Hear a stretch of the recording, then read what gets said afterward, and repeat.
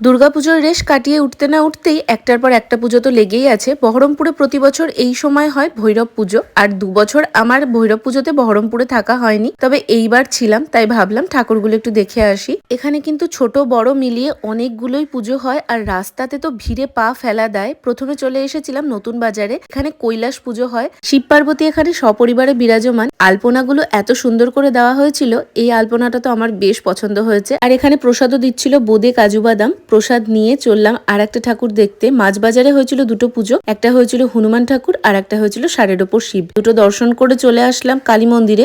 ইচ্ছে আছে একদিন উপোস করে এখানে মাকে পুজো দিতে আসবো। এটা হলো আমাদের স্কুল। ক্লাস 5 থেকে 10 অব্দি আমি এই স্কুলেই পড়েছি। স্কুল থেকে বেরিয়ে আর একটা ঠাকুর দেখলাম, আর তারপর এখানে ছোট করে একটা মেলা বসেছিল।